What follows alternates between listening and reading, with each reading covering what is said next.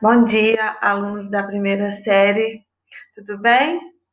Hoje vocês vão acompanhar a segunda videoaula de literatura, que é referente ao capítulo 7 sobre o Barroco brasileiro, dando continuidade aí aos nossos estudos literários das, das escolas literárias que nós temos aqui no Brasil. Então, lembrando vocês, nós já entramos agora na literatura brasileira, estudamos na semana passada o quinhentismo, né, que foi aquele momento, fazendo uma retrospectiva, uma revisão rápida. Nós temos o quinhentismo como a primeira considerada, né, o marco da literatura brasileira, não é considerada uma escola literária, mas é o início da literatura brasileira no Brasil. Aí nós estudamos sobre a literatura de informação e a literatura dos jesuítas, com a Carta de Pero Vaz de Caminha, Catequese dos Índios. Então, no quinhentismo, nós vimos na videoaula da semana passada sobre isso, né? Isso aqui que eu estou fazendo agora seria uma pequena revisão. Então, dando continuidade, nós temos aí o capítulo 7 com o Barroco brasileiro, tá? Que é um período que eu gosto muito de estudar, de dar essa aula, que é um período muito rico em informações e tem muito a ver com Minas Gerais, né? Com as nossas igrejas, com as nossas esculturas, com a nossa pintura e com a literatura também, né? Com a poesia do nosso querido poeta Gregório de Matos, que é um poeta português, né, de Portugal, mas que teve uma grande influência aqui no Brasil, ok? Bom, o Barroco no Brasil tem início no final do século XVII. No país, essa tendência artística teve grande destaque na arquitetura, na escultura, na pintura e na literatura. Então, esse período literário é final do século XVII e ele foi amplo em relação às artes brasileiras. É claro que nós vamos dar um enfoque maior à poesia, ok? Que tem a ver com a literatura. Bom, então eu vou ler o slide e vou falando um pouquinho sobre as características principais, ok? Na literatura, o marco inicial do Barroco é a publicação da obra Prosopopeia, em 1601, de Bento Teixeira. Então, esse poema foi publicado no início do século XVII e marca a literatura brasileira. Na escultura e na arquitetura, nós temos o Grande Aleijadinho, que é um dos maiores artistas barrocos brasileiros. Todo mundo já ouviu falar, né, nas esculturas de Aleijadinho e que teve forte influência, né, aqui na nossa. Ele é um escultor daqui, né, e com grande influência na escultura brasileira como um todo. Nós temos uma igreja muito famosa em Congonhas, onde tem muitas das suas esculturas lá. Quem tiver algum dia tiver a oportunidade de visitar essa cidade, Congonhas, vai poder ver as esculturas do Aleijadinho nessa cidade, ok? As principais características do barroco brasileiro são, então, em linhas gerais, o barroco tem uma linguagem dramática, racionalismo, exagero e rebuscamento. Quando fala exagero e rebuscamento, em relação à linguagem rebuscada, carregada de adjetivos, é, carregada de figuras de linguagem, isso que a gente chama de exagero e rebuscamento. Quando fala a próxima característica, uso de figuras de linguagem, são as figuras de linguagem antítese, paradoxo, que dá essa ideia de oposição. As metáforas eram muito usadas também, as hipérboles, que são os exageros. Então, essas figuras de linguagem foram amplamente usadas pelos poetas, principalmente Gregório de Matos, no Barroco. Antítese, paradoxo, hipérbole e a metáfora, comparações também. União do religioso e do profano é um período muito voltado para a religiosidade, onde o teocentrismo estava em alta, que é Deus como centro do universo, né? As pessoas estão voltadas para as questões religiosas e demonstram essa religião, nessas questões espirituais nas artes, ok? Arte dualista, essa arte dualista é quando se usa as figuras, a figura de linguagem chamada antítese, né, que é céu, inferno, Deus, diabo, são os opostos. Jogo de contrastes é a mesma coisa, né?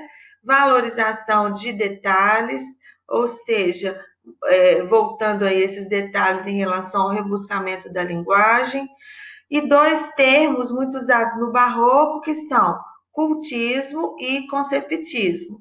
O cultismo, jogo de palavras, que se usava muito na poesia barroca, e o conceptismo, jogo de ideias, que usava-se na prosa barroca, com o nosso padre Antônio Vieira, que teve também grande influência aqui nesse início de literatura brasileira, ok?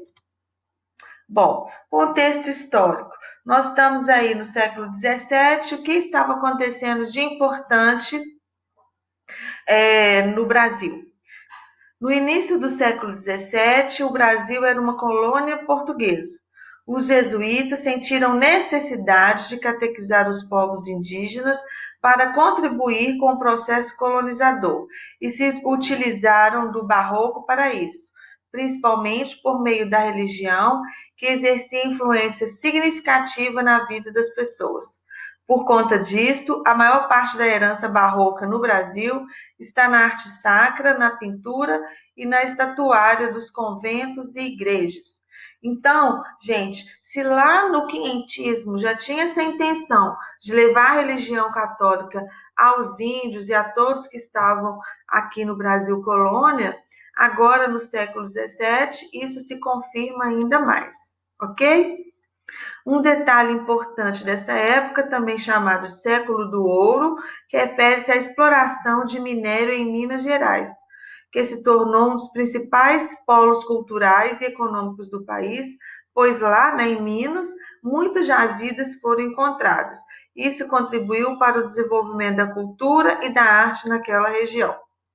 Então, todos sabem que nas Minas Gerais, nas cidades históricas como Ouro Preto, Mariana, Diamantina, Tiradentes, São João del Rei, eram chamadas cidades do ciclo do ouro, onde se explorava-se muito ouro. E um quinto desse ouro que era descoberto aqui no Brasil era transferido para a corte portuguesa. Então, esse período também dentro da história e que tem uma influência na literatura e nas artes em geral, porque já que tinha tanto ouro aqui nas Minas Gerais, nós temos uma riqueza de detalhes em ouro nas nossas igrejas, tanto nas igrejas mineiras quanto as igrejas também da Bahia, do Recife, que são também igrejas importantes, barrocas, que tiveram essa influência desse século do ouro que eu estou comentando aqui agora com vocês, ok? Bom, pinturas e esculturas barrocas. Minas Gerais detém o maior acervo barroco do Brasil, com construções ricas em detalhes e elementos cobertos por uma camada de ouro. Também eram utilizadas cores fortes, figuras de anjos e altares de madeira.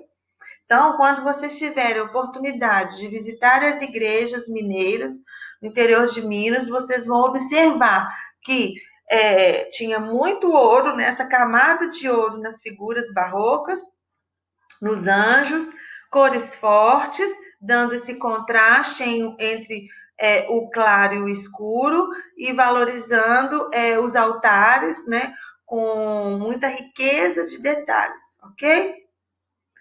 A pintura barroca expressava o momento enfrentado pela Igreja Católica e sua necessidade de se reaproximar dos fiéis após a Reforma Protestante Inicialmente, a pintura era trazida de Portugal, feita em azulejos e descrevia passagens da Bíblia. É muito comum a gente perceber isso também na pintura, essa pintura em azulejos, geralmente também falando sobre passagens da Bíblia. Né? Estamos num século aí onde as questões religiosas estão em alta, ok? No Brasil, as pinturas das igrejas tinham como destaque o primeiro plano superdimensionado e elementos do plano de fundo reduzido, características que davam aos devotos a sensação de proximidade com Deus. Eram muito utilizadas as cores azul, vermelho, dourado e o claro escuro, que é o jogo de contrastes, que é muito usado também. Já as esculturas eram consideradas símbolos de devoção e se difundiram na parte do litoral, né, e no interior brasileiro, sendo encontrado tanto nas casas como nas igrejas. Assim como na pintura, as primeiras obras estatutárias barrocas foram importadas de Portugal. Então, a nossa influência, claro, toda é de Portugal, né, da língua portuguesa, e não vai ser diferente na escultura, na pintura, nas artes como um todo. Nós temos uma grande influência do que acontecia lá em Portugal, era trazido para cá, ok? Aqui, gente, eu escolhi para vocês duas imagens, são duas igrejas que eu visitei recentemente, uma em Tiradentes, a outra em São João del Rei, que ilustram de forma bem bonita, bem clara, como que era a arquitetura das igrejas barrocas no século XVII. São duas igrejas belíssimas que vale muito a pena conhecer. Dentro delas tem uma riqueza de detalhes impressionante em relação ao barroco e representa muito bem o nosso barroco mineiro, ok? Bom, gente, essa é a primeira parte do barroco, do nosso capítulo 7. Espero que vocês tenham gostado dessa parte e daqui a pouquinho vocês já podem assistir a parte 2 do barroco, onde eu vou falar sobre Gregório de Matos e o Padre Antônio Vieira, ok? Um beijo para vocês.